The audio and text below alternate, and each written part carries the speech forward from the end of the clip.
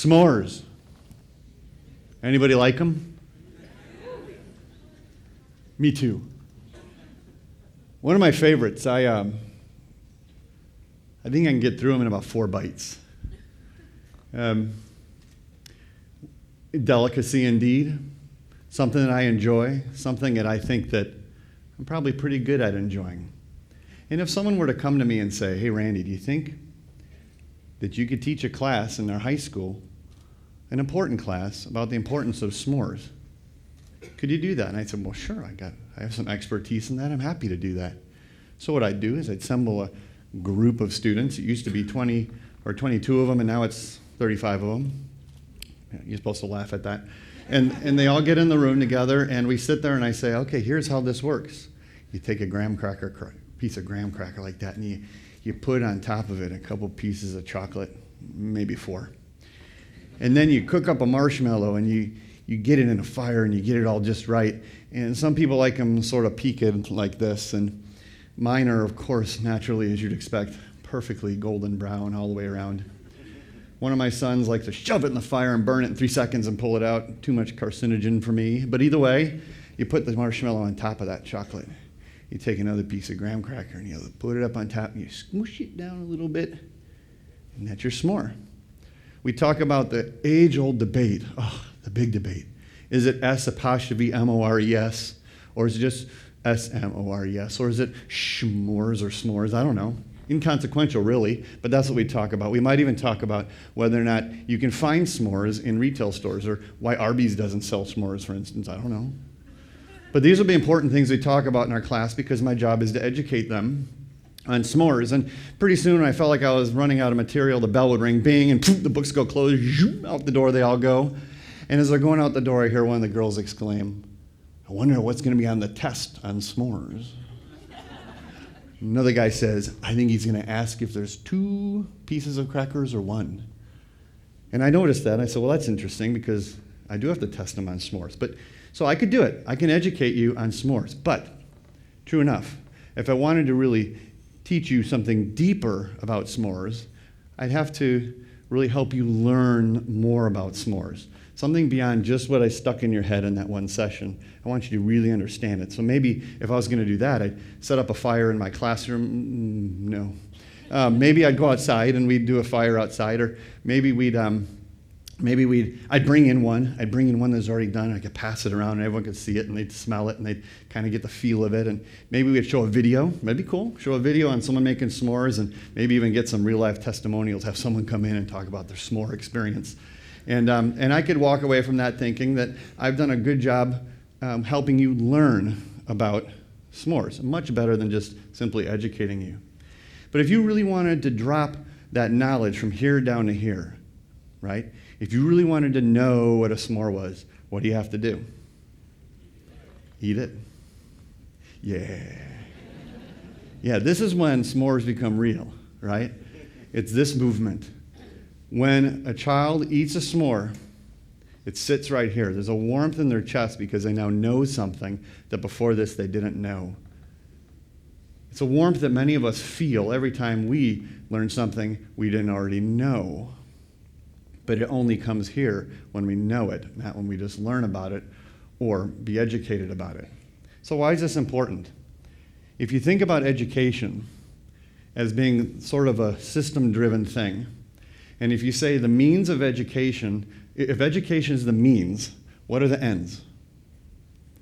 There could be a lot of things, but one of the things I would suggest is the ends to education is learning, right? You do education to learn. But that's nice, and we can get all excited about ourselves and be all jazzed about learning. But what if learning were the means? What would the ends be of learning? To me, it's to know. Well, let's go one step further. If knowing is the means, what are the ends of knowing? Quite possibly, it's to be, or human being. It allows you to be. I contend that to be is to find your meaning. To be is to be at a place where you can understand the context of your surroundings. And absent of that, you can't be. Now, you might say, Randy, who are you? Are you a scientist? Are you a researcher? Are you a physician? Are you a rocket scientist?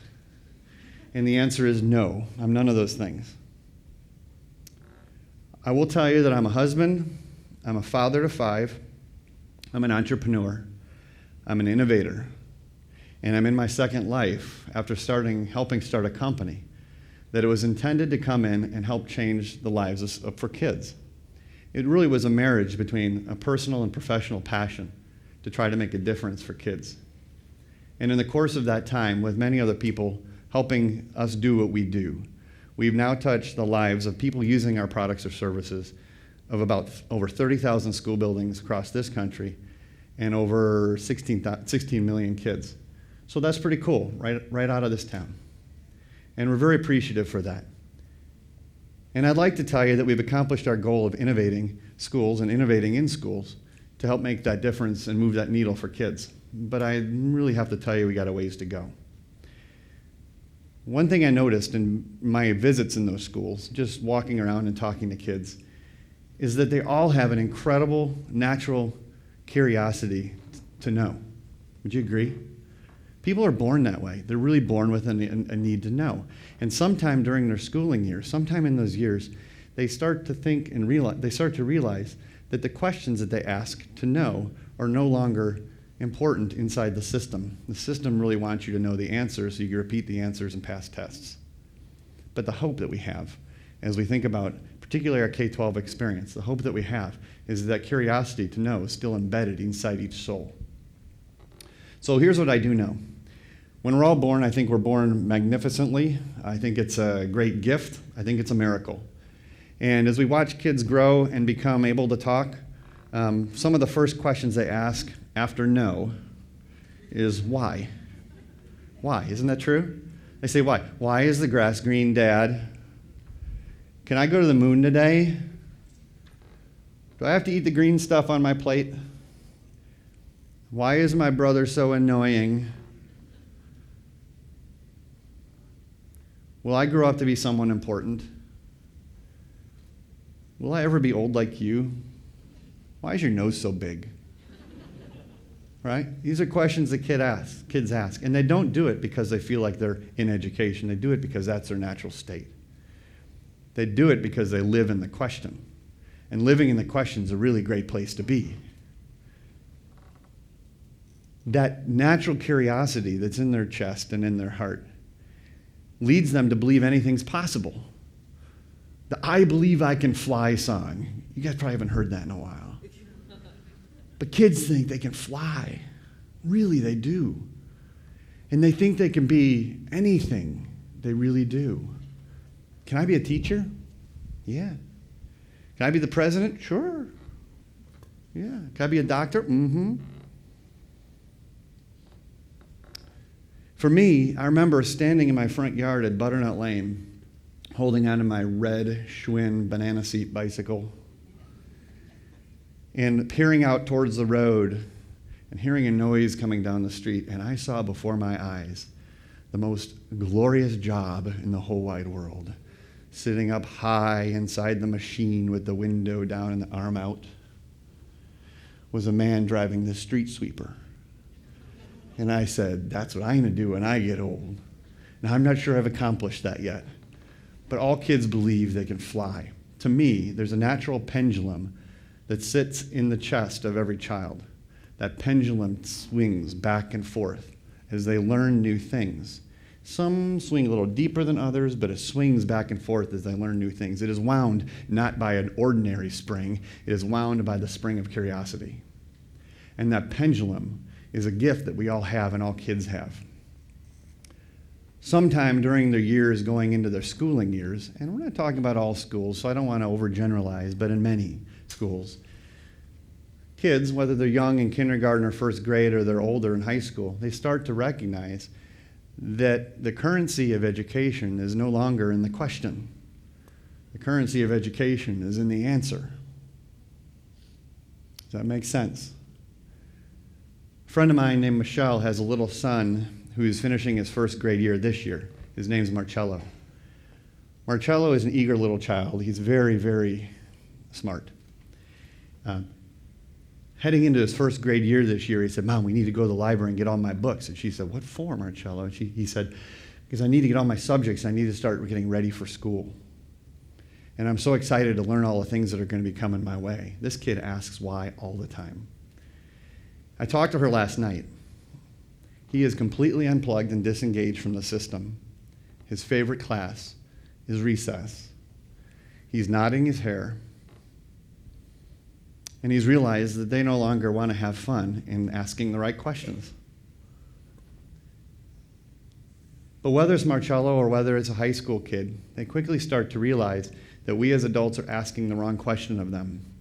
We as adults are asking continuously in schools, how intelligent are you? How intelligent are you? And you? And you? We can measure your intelligence by grades. How intelligent are you? And the students are standing out and saying, you're asking the wrong question. I want you to ask me a question that says, how am I intelligent? The students know that in the cliff notes of their life, of their school, of their K-12 school, are several chapters in their cliff notes. One is, if I ask too many questions, I'm marginalized. Two, if I consume all the right answers and spit them back at the right time, I get recognized. This is a good thing. Students start to realize that asking questions is not acceptable, sadly. They measure their experience in K-12 often by marking of time, not by achievement or mastery of subjects.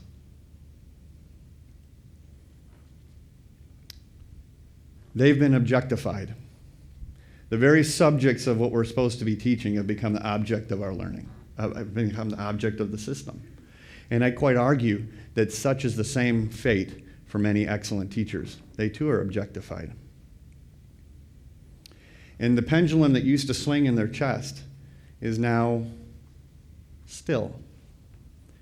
It's still there, but it has been stilled by this experience they have. And their objective is to find their way through the tunnel as fast as they can and with as little much pain as they possibly can. This to me is criminal. It just is. But there's hope. And there's hope for this. And here is the hope. The hope is that the pendulum that's in each child, regardless of their age, still is there. And what we get to do is we get to go in, and we get to go like this. We get to go, ready? Push. And watch that swing back a little bit, and as it comes back to us, well, you hit it again, and push that back out again. And as it comes back, you start really swinging that. And we swing that through engagement.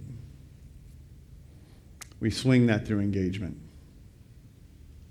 I can often tell when I go into a school building whether or not the school building is in an effective transformation from what was to what needs to be in swinging pendulums for children. You know how I can tell? Well, there's many ways to tell, but one of the best ways to tell is I ask this question as I observe. Who's working harder here? If my teachers in that school, God love them, if the teachers are working harder, they haven't made the transformation. When the students are working harder, they have. There's a school in Mooresville, North Carolina, under the direction of an excellent leader, Dr. Mark Edwards. It's a normal school, about 5,000 kids, pretty well diverse as you'd expect from most schools. They're at the bottom of the funding ladder in the state of North Carolina, so the least amount of funds. And this last year, they punched out, tied for third in what the students know, and they did it in less than 5 years. And they did it because their currency for excelling is asking the questions. I asked one of their teachers, as a fourth grade teacher, do you have the resources you need to get done what you need to get done? And she goes, Randy, it's not in the resources anymore, it's in the question. Your question to me should be, do you have the right questions to ask these students so they can discover what it is they need to learn? And that's why they're doing what they're doing with so little funds. Their pendulum, they've decided as a community to collectively push the pendulum of their children, and that community is growing because of it. Great things are happening there. That's the hope that we talk about.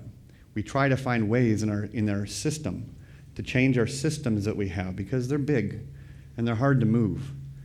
And I go to meetings in Washington, D.C., and I go to meetings in states, and we try to figure out how to scale things that are working. Well, here's the news, people. The scale is sitting before us, and they're in the chairs looking at us. Their pendulums are stilled. If we can get them moving again, great things can happen. There's a school, also high school, called Clintondale High School, just north of Detroit.